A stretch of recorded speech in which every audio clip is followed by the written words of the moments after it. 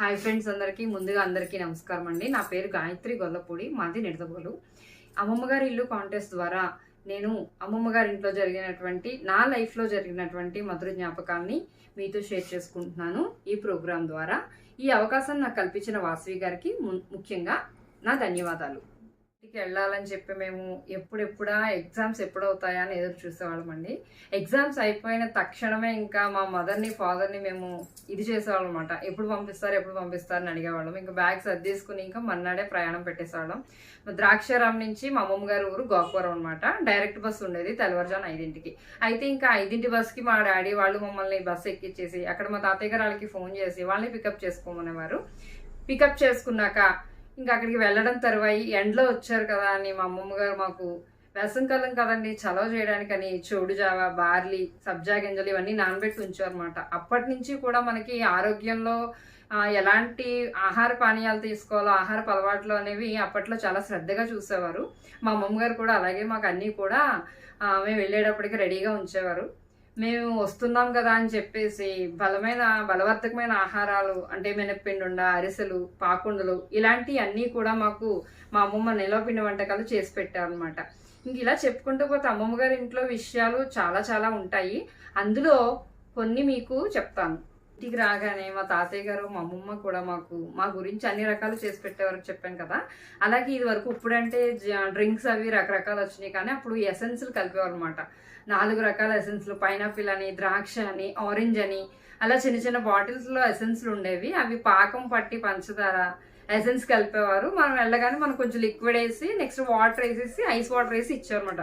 ఇప్పట్లాగా మనం ఇప్పుడు ఏం చేస్తున్నాము, 2 లీటర్స్ డ్రింక్ బాటిల్స్ ఫ్రిడ్జ్లో పెట్టేస్తున్నాం. మన మనవాళ్ళు వచ్చినా మన పిల్లలు వచ్చినా ఏం చేసినా. కానీ ఇది వరకు అలా చేసేవారు కాదు. పంచదార కేజీ బందర పాకం పట్టి సీసాల్లో పోసి మరీ పెట్టేవారు. వాళ్ళకి ఏ ఫ్లేవర్ కావాలంటే ఆ ఫ్లేవర్ కల్పించారు.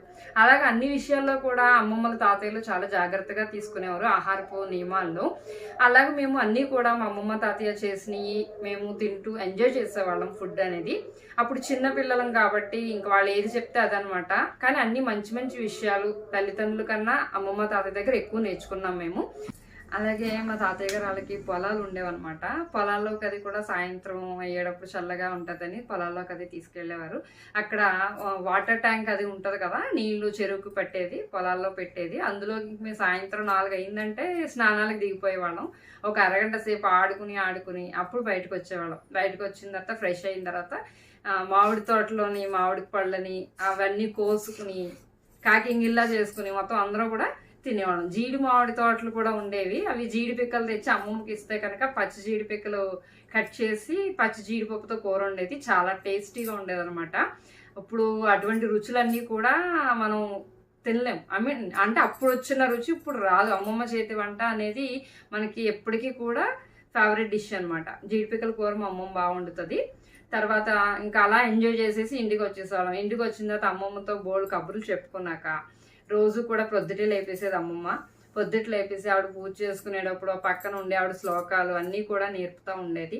పొద్దుట ఫ్రెష్ అయిన తర్వాత మాకు స్నానం చేసేసిన తర్వాత చద్దన్నం పెట్టేసేది. చద్దన్నంలో ఏంటంటే కొత్తగా కలిపిన ఆవకాయ ఉండేది కదండి. సమ్మర్లో మనం ఏంటంటే కొత్త ఆవకాయలు పెట్టుకుంటాం. అప్పుడు అమ్మమ్మ కొత్త ఆవకాయ కలుపుకుని వెన్నపూస నంచుకునే వాళ్ళం. అప్పుడు మామిడి పళ్ళు వస్తాయి కదండి, మామిడి పళ్ళు కూడా నంచుకుని చాలా తినేవాళ్ళం. చాలా టేస్టీగా ఉండేది. అయితే మా తాతయ్య గారిని మాత్రం మేము అసలు ఆ మామిడి పండు ఇంట్లో అవ్వనిచ్చేవాళ్ళం కాదు. యాక్చువల్గా తేవడం బొట్టెడ పళ్ళు తెచ్చేవారు. బొట్టెడ పళ్ళు అవ్వకుండా అనేది రోడ్డు మీద సైకిల్ వెళ్తుంటే చాలా ఆపేసేవాళ్ళం అనమాట. అంటే మామిడి పళ్ళు అంటే అంత పిచ్చి.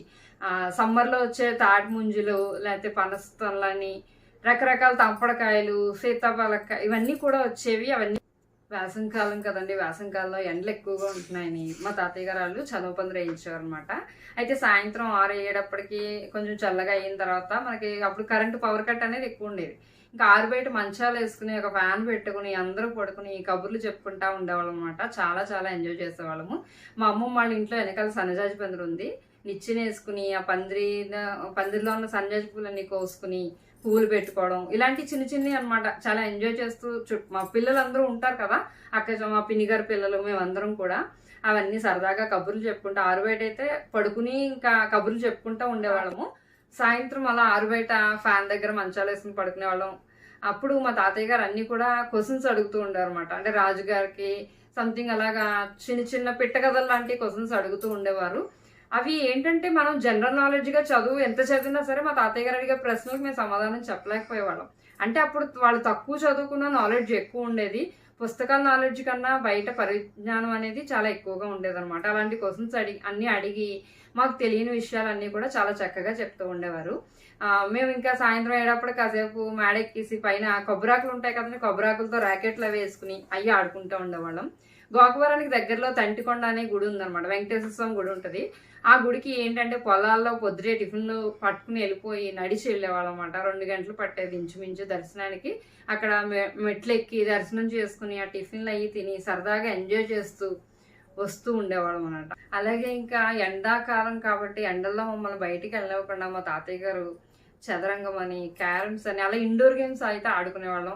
అప్పట్లో పులిమేక, దాడి ఆట అని, చింతపిక్కలు, వామన గుంట్లు ఇలాంటి రకరకాల ఆటలన్నీ కూడా అప్పుడు ఆడుకునేవాళ్ళం. ఇప్పుడు నిజంగా చెప్పాలి అంటే ఇటువంటి ఆటలన్నీ మన ఇప్పుడు జనరేషన్ పిల్లలు మొబైల్లో ఎడిక్ట్ అయిపోతున్నారు.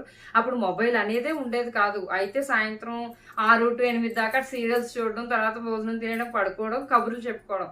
ఇప్పుడు ఉన్న దానికి అప్పుడున్న జనరేషన్కి ఏంటంటే ఎప్పుడు మన పిల్లలు అప్పుడున్న అనుభూతులు ఎంజాయ్ చేయలేకపోతున్నారు మొబైల్కి ఎడిక్ట్ అవ్వడం వల్ల.